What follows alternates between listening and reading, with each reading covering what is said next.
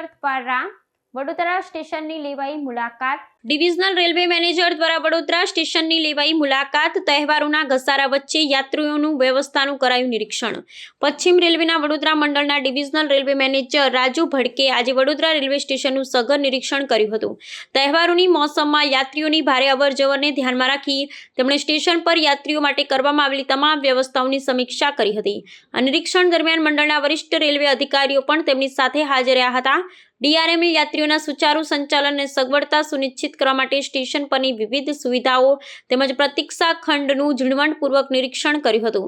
DRM ભડકેલ પ્લેટફોર્મની સ્વચ્છતા, પીવાના પાણીની ઉપલબ્ધતા, બેઠક વ્યવસ્થા અને સુરક્ષા વ્યવસ્થાના જેવા મહત્વના પાસાઓની તપાસ કરી હતી। ખાસ કરી તહેવારોની રજાઓ દરમિયાન મુસાફરી કરતા યાત્રીઓને કોઈ અસુવિધા ન થાય તે માટે ટિકિટ બારીઓ, પૂછપરછ કેન્દ્રો અને જાહેર ઘોષણા પ્રણાલીનું સંચાલન યોગ્ય રીતે થાય છે કે કેમ તેની તેમણે ખાતરી કરી હતી। તેમણે વરિષ્ઠ અધિકારીઓને સૂચના આપી હતી કે યાત્રીઓની સુરક્ષા અને સલામતી સર્વોચ્ચ પ્રાથમિકતા હોવી જોઈએ અને ભીડ વ્યવસ્થાપન માટે પૂરતા કર્મચારીઓની તૈનાતી કરવી।